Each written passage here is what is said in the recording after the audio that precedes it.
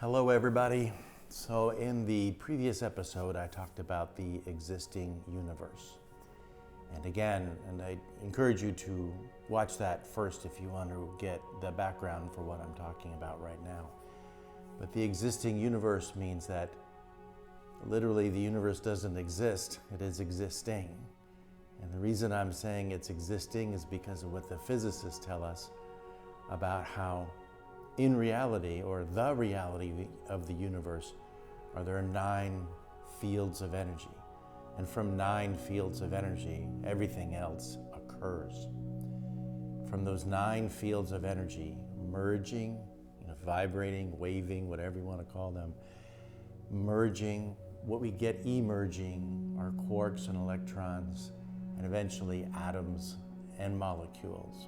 Molecules are chemicals.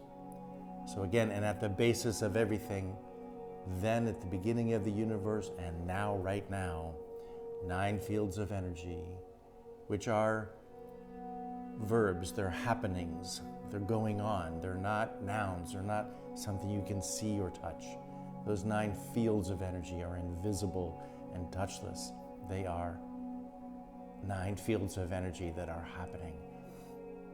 And again, someday they'll tell us, is it better known, they're waving, they're vibrating, they're fielding as opposed to fields, they're fielding, but anyway, they're happening.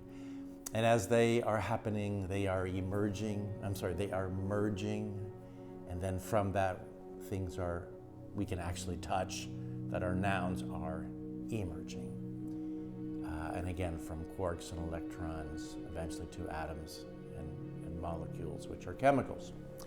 So that gets to the point of what I want to talk to you today, is about us, the existing carrying us.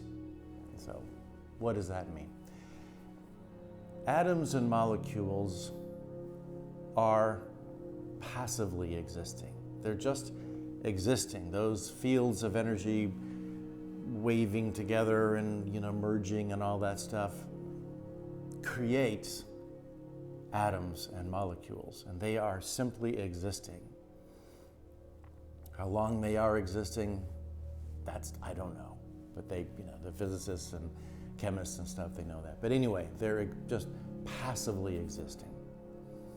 So eventually there's this place we call Earth.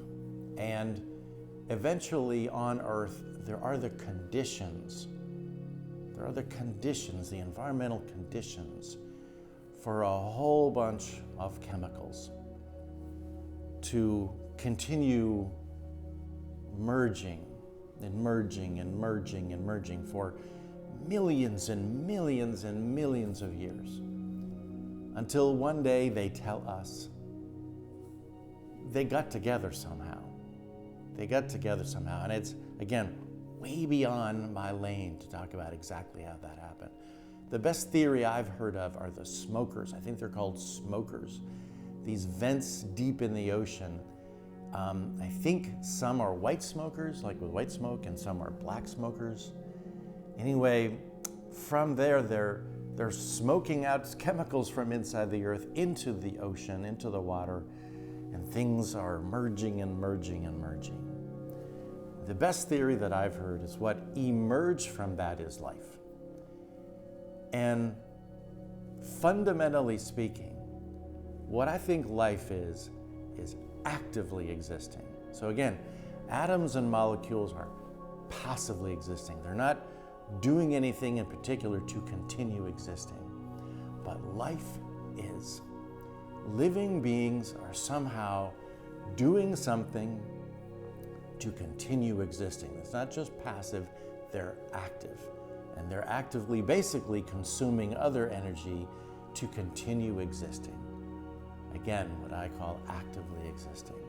So again, whether or not it's true, and it turns out to be true out there in the smokers, but anyway, it does appear from what I keep reading and hearing that chemicals just continued to merge until one day there was a living being, and a prototypical or really early living being. I don't think from what I read and see that it had any DNA and it could reproduce, but it was living, it was actively existing, it was gobbling up other energy to continue going. So again, because I don't know, if I'm a mental health clinician trying to figure out what's going on with us, that's why I'm doing all this. But eventually those living beings do develop and do have DNA and RNA and mitochondria and their cells and cell walls, and they're reproducing to continue existing. It's all it is. It's just all that is. It's continuing to exist or existing. And especially when you can replicate, when those living beings could have DNA and replicate and continue existing in another generation, so to speak, that's pretty amazing. Again, happening or evolving over millions and millions of years. And that's what I mean by actively existing, is that they weren't consciously doing things to actively exist. They just were. They evolved. Now, evolution is adaptations for continued existing. That's what evolution is. It's adaptations to the environment to continue existing.